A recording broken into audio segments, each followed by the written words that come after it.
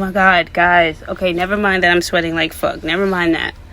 That's not the point of this video. But oh my god, guys, look. I found a snail. Like, I'm trying to figure out if he dead. I want to pour water in there because he probably thirsty. But I'm scared. I don't want to kill him. Last time I did that, I poured salt on the fucking shit and he dead ass died. I'm gonna carry this around all day and see if he popped the fuck out. Aw, he probably fried. I found him in the sun, y'all. It's snack now. I think it's empty. I don't even think it's nothing in there. Wow. His soul is gone. Wow.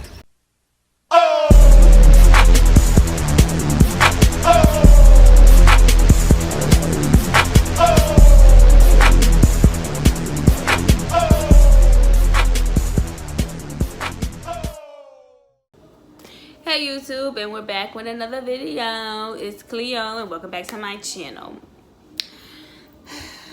I'm dead. Every video I say that I'm gonna stop doing that, but guess what? I haven't clapped not once, and I wish I could see my hands. I really got my hands in my lap like this for me to like not clap. That's how serious it is. But yeah, so we're gonna jump right in this video as well. Okay, we're gonna cut the infomercials. So today, this was a requested video, the hiring process, and here we go. Wow. The hiring process. Okay, let me see, where do I start? So I applied for the post office, around maybe like September 2019. I would say the range from September or November 2019. So I feel like they took at least 2 to 3 months to hit me back. But see, this was before Corona, like just right before Corona. Like I really missed it. Like I had like what, 3 or 4 months like right before Corona really hit. But so boom, right? And it's really crazy starting this job like before Corona, because now like it's certain people at these stations, I have forgotten what they look like without the mask. And like now that Corona is like, I'm not gonna say it's dying down, but like now that Corona is a little bit more under control with those vaccines, people are starting to take their mask off, and I'm just like, I'm really walking up to certain people like, yo, I really forgot what you look like without the mask on. Like that's crazy. Like this mask shit is really beyond. But boom, right? So I applied right before then. I feel like they responded to me because they respond to your email and they ask you to accept the job offer, whatever. They tell you not to quit your job, you know, so you accept the offer. And I feel like they responded to me maybe like in November. Yeah, like around Thanksgiving-ish they responded.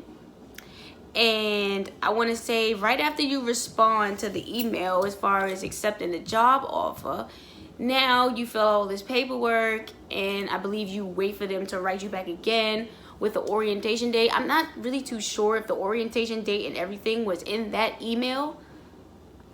I believe it was. The orientation and everything is in that email. So, but even though it was in the email, I feel like it was maybe like a month or so ahead of time, you know, like maybe 2 to 3 weeks ahead of time. So, you know, they let you know you have time to get prepared for that. Okay, so you go to the orientation, and now what? We're probably like in maybe like December, probably like early December. It's not Christmas yet, but it's like early December. You go to the orientation. I went to Fort Bell, the headquarters in East New York. I would say it was very organized. Some of those instructors in there are very strict and they play no games. Make sure you have all your documents. I know they asked you to print out the sheet that has you know, like the orientation time and date and your name and stuff on it. Make sure you print that out. Make sure you have all your copies of your documents, like your passport, your ID, and I forgot what else they asked you for, like birth certificate and things like that. Whatever forms of IDs that you're gonna need printed out, whatever they ask you to bring on that paper, and however they ask you to be dressed, don't show up with no sneakers on. Don't show up with no sandals. Don't show up with Uggs. If you bring shoes in a bag, which is what I did, I definitely, because it was cold. It was like December. I definitely had my Uggs on, but I had my shoes in my bag. But when you step foot in that building, don't wait till you go upstairs. When you step foot in the building, matter of fact, don't even step foot in the building. I took a cab there, but in the cab, I'm changing my shoes. Put those Uggs, put those other gym shoes or sandals, flip-flops, whatever. Make sure they're in your bag in a way, and they're on. Make sure whatever they ask you to have on, that you have it on. Because we had a lady, I would never forget, and her name was really Miss Jones. And I was just like, every Jones that I know is just really like not a game, which is crazy. But they really sent the kid home because he had on sneakers. And I know everybody's response is, well, you never know what a person has. Maybe the person doesn't have it. They can't afford it. And her thing is like, listen, you knew way in advance, okay, that you had this interview. Just like I said, they give you like a month, I believe. At least 2 to 3 weeks to prepare for this interview and to get your documents and everything together. So, I mean, you know, sometimes you got to sacrifice and do what you got to do in order to get to where you need to be. And, you know, her thing was she felt like there was no excuse for you to walk in here with Jordans and gym shoes on with slacks and a button up, you know. So she sent him home, but it wasn't even a sent home in the sense of like, you're disqualified. She told him to go home, find some shoes and come back. Did he ever come back? Don't know, but hey, that's the thing. It was very organized from then. You know, you go through security. They give you name tags and stuff. They're very strict about that. Don't be wandering around on different floors because there's a plant. That's the plant. So they don't want you really wandering around on different floors and getting into things. They tell you where the bathroom is. Don't be caught in any other side of the building because any little thing that you do, they're already ready to disqualify you. So, you know, don't be one of those people. But we went upstairs. We sat in a room. You know, we had a few people come in and talk to us about the job, you know, what's expected of us. And a lot of y'all didn't believe it, including myself. And it's not that I didn't believe it. It's just I never really had a job like this where at orientation, they're really telling you, like, make sure you have the best few. Matter of fact, that didn't even start yet. I'm lying. But then again, not really. They definitely let us know, even from orientation, that, like, you know, the day that you finish academy, kiss your life goodbye. Kiss your life goodbye. Kiss your kids goodbye. They're like your family members, just everyone. They're like, kiss your life goodbye because we own it now. We own your life. And that was really scary, but I did not leave. I managed to sit there and really go further into the process.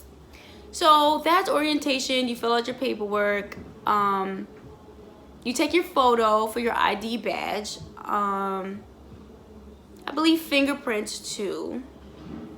Yep, did your fingerprints. They call it an interview, but it's really like a person sitting across from you, and they really just ask you about previous jobs, and you know, it's not even really an interview because to be honest, it's almost like you have the job already. Your background and stuff has to clear, but as long as you know your background is good, it's almost like basically you have the job. So they call it going on an interview, but the person sitting across from you is really just asking you some very basic questions, you know, like yeah, you know, like I said, previous jobs, you know, and I don't even really remember I feel like, because it's like a line of certain different people that you go see, and most of them didn't even have any questions. They're like, hi, how you doing? And you're like, hey, and you're sitting there like, okay, I'm ready, and they're filling out so much paperwork that by the time you look up, they're like, okay, have a good day, and it's just like, oh, okay, so you don't really care what I have to say. Okay, cool. Better for me. Less questions, better for me. So that's orientation. At orientation, they send you home, I believe, to wait for more emails. I'm trying to think, how long did I wait to get my oh, they send you for drug testing. I skipped out on that part. They send you an email for that too. Everything for me moved pretty swiftly. Like everything was almost like no more than 2 to 3 weeks apart in between each process. Like nothing really dragged along for me. And again, I feel like this is due to like being before Corona, BC. But due to being before Corona, like a lot of, I don't know how they're really doing things now, but a lot of people coming in, I feel like, you know, they're like the process is a lot slower and it drags out a lot more. But again, I got hired before Corona, so a lot of things that's going on right now, I probably have no idea of what's going on right now.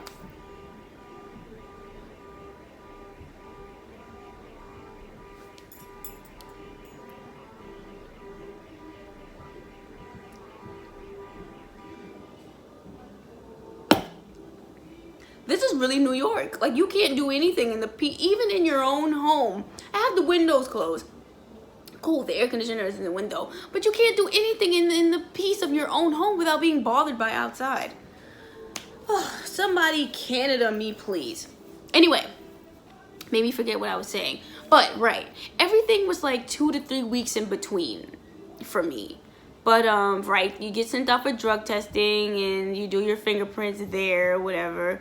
And I believe you do your fingerprints again when you're at orientation and you take your picture for your badge and things like that. But so after that, again, you waited for your I'm trying to think, did you? Okay, boom, right? I know, and it's not even that long ago, but this process is really, and even with me, everything moving swiftly, it was still a process. So, right, that's orientation. After orientation, they tell you when academy is going to start. I believe academy was, how long was academy? I believe it was like 5 days. I believe it was a week. It was from, I know we were there in the morning, maybe like, I know it was kind of early. It was rather early. Maybe like 8, 9 in the morning to like 4 or 5 in the afternoon. It was a whole day. It was a shift, I'll tell you that. Like, it was definitely a shift. And we had a lady named Miss Nancy, and to be honest, I really love her. Like, everybody thought she was so strict, and she was strict, you know? She was just very no nonsense. She was very strict, but a lot of the stuff that she was talking about, down to me eating peanut butter and jelly, like, okay? In mad pasta, like all of her tips were just really on point, like, and I really appreciate that. Like, she did not lie at all about this job. When she said that you are not going to see your friends or your family or your mom, or if you had kids that you're not going to see them like that, she did not lie, and I appreciate that. But academy was cool. I met some cool people in there. It's crazy. I feel like they lie to you in there because they sit you with a little name tag on your desk with your station. Okay, got a little message. But they sit you on a desk with the name tag with your station on it, where you think you're gonna be stationed, but you get to your station and it's not even your station. It's someone else, and they're like, well, no, your home is over there, like, you know. But that's a whole nother thing, right? So academy was cool. It was very long, but to say the least, I would say it definitely helps you get a great idea of what you're going to be doing on the job. It's not really there to tell you everything that you signed up for, but it definitely helps as far as the gossip portion and knowing who's who and what manager is this, because, you know, they have a lot of people that resign and then start again. So some of these stations they've been to already, and, you know, it's just a whole thing. So that was a whole other thing. So boom, right? Academy is done. And the last day of academy, again, we were told, listen, for the last day of academy, we were really warned, like, listen, make sure you go have fun, okay? Because after this, when you really start, kiss your life. And I know I keep reiterating this, and I know you're like, why does she keep saying that? Because they really meant it. They really meant it when they said that. And you know what? My aunt had a birthday party. Was it in February? Yes. Maybe like the beginning of February, and I will never forget. See, my hire date is January 18th. See, your hire date is really the day like they tell you like, oh, you got the job. Yes, sorry guys, I kept getting phone calls. A meal down. Right. See, your hire date is different from like when you actually start. Your hire date is exactly when they tell you like, oh, you got the job. And when you start is completely different. Because to be honest, I don't think I started until like, maybe like Valentine's Day or something like that. But cool, right? Cool. So, you know, that's that. Let me see. So academy is over. Oh, right. Now you're waiting on your driver's test. Listen, they drove me nuts with that driver's course because it really sounded like it was going to be like a test for real. Like almost like a going to get your license. But it really wasn't that. It wasn't as deep as it turned out to be. It really wasn't. It was more like a practice thing, and like it's like an obstacle course, if you will. Like they had a whole bunch of different obstacles set up with cones and things about how to back up and how to like, I'm not gonna say parallel park because we're technically not even supposed to really be parking, but like how to parallel double park, I guess. And if that's even a thing, I feel like I just made that up. But yeah, you know, how to back up and how to go through cones and how to turn and, you know, making sure you're turning your wheel to the right and what's it called? The curb and park, whatever it's called. Anyway, but yeah, they leave you there for maybe like, it felt like forever. Maybe like 2 or 3 hours. They just leave you there and let you maneuver. You're in the truck by yourself. They tell you before you get in, they have a nice set of guys. They come in and explain to you all of the functions and, you know, but you should really understand the functions sort of, kind of, because, you know, you have to have your license to have the job in the first place, which means you've driven a car, which means you have your license. So it's not, you're not completely lost, but it's just kind of intimidating getting in that big box truck for the first time. But you know, you know what you're doing. You know what you're doing. But the test really wasn't as bad as I thought. You practice for like 2 to 3 hours, you know, you're turning, you're going around the obstacle course, you know, it's very lax. You know, you pick whichever one you want to do, whichever one you feel like you're having more trouble with. There's nobody really there micromanaging you. And then after like maybe like 2 hours alone by yourself of you just practicing, or maybe like an hour, I feel like I'm dragging it, but after that they come in and they have you drive out of the parking lot, because Fort Bell is really big. It's a whole big parking lot, and then it's the building. So you're doing all of this driver stuff in the parking lot. Like they have a part that's sectioned off just for that in their parking lot. So after you do all of that, you leave out of the parking lot and they basically have you drive around the block, you know, just to see. It's really like a 4-corner kind of test. And no parking, no backing up. I really feel like you're just driving out the parking lot, around the block, and back in the parking lot. And listen, to be honest, my first day, I thought I failed, okay? I thought I failed. I did perfect. Leaving out of the parking lot, driving, you know, he's talking to me like regular. You know how they would do you on a driver's test, you know. Listen, you know how like when you go in a parking lot, they have security, like a security booth desk like in the middle, and there's one way to exit and one way to enter. Listen, me and another girl, we went in through the part that you're supposed to exit, but that was their fault because they were supposed to have cones there, okay? They did not. And listen, me and her, we both went through the part where we were supposed to exit, and the guy is like, what the hell did you do? And I'm like, first of all, I'm sensitive. I was just amazed that he was talking to me like that. And I'm just like, he comes back in the truck because now I'm sitting there panicking like, wow, I did all of this for nothing. And now I'm not about to have no job. He comes back in the truck like, listen, come to an agreement, because it's like you and somebody else did this, which means it's not really your fault. This is our fault. You guys didn't crash in anything. It was just a simple fact of you went in the wrong way. So, you know, they gave me my paper. I passed my test and everything, and it was cool. I had on these big police shoes because I did do auxiliary for a very little bit. But you need black leather shoes, a blue button down, and blue pants like Dickies. Everything was so big because I'm really petite. I'm really small, so it's really hard for me to find the right size clothes as far as like gear like that. So I'm walking around with my big shoes trying to catch the 20 bus or something like that, so I could go get on the train because I'm really excited. Wasn't a driver. I think I had my license for maybe like 3 years before I even like started really driving for real. If it wasn't for this job, I wouldn't be driving. Not at all. To be honest, I'm just getting to a place where I actually kind of like driving, which is crazy.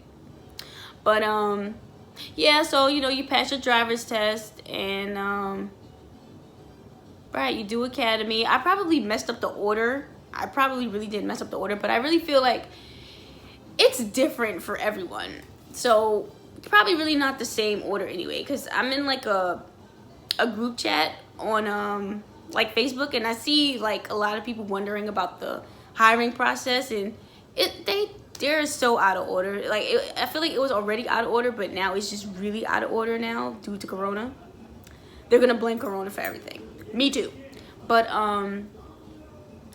yeah, so you do your driver's test and you're good. And after I did my driver's test, I believe I just waited. Oh, they give you the packet and things like that, and I believe you get like a week off, like a week or 3 days off, and boom, you're at your station. Whatever was on your name tag, you're at your station, and there you are.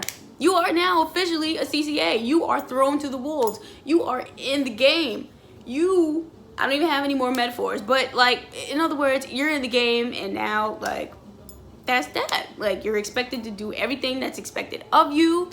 I didn't really, well, my first station, they kind of comfort you a little bit if they feel like you're a little timid. And it's not that I was timid, it's just I'm very shy. I could be very shy, especially in environments where I don't know people, or you know, this is a new environment. I could be very shy and timid. So, you know, at first they were doing their duty to kind of like, and I guess it's the thing of being a girl. Sometimes there is a benefit of you being a girl sometimes. And if people, how can I put this in a nice way? If people feel you're nice looking, like sometimes you will get a sort of kind of, I don't even really want to bring this up because it's so, but it kind of needs to be said. Like sometimes you get like not a better treatment, but you know, you get certain little advantages. Somebody might come over and help you. Now, they don't really want to help you because they want to. Some people do. Don't let me get that wrong. Some people do want to help you, but you really have to be careful when it's like opposite sex wanting to help you. Oh, they want to help you, all right. But hey, listen, you gotta know how to play the game, and sometimes, oh, you want to help? Oh, okay. Remember what I said, previous videos. Ladies, keep your legs closed, okay? There's nothing wrong with accepting help, but keep your legs closed. There's no need for you to go the extra extent and start using your reproductive organs, okay, to get better routes or to get help, because there's no need. If you need help, you get help in the beginning. Now, there's going to be a lot of times where you need help and you're not going to get help. To be honest,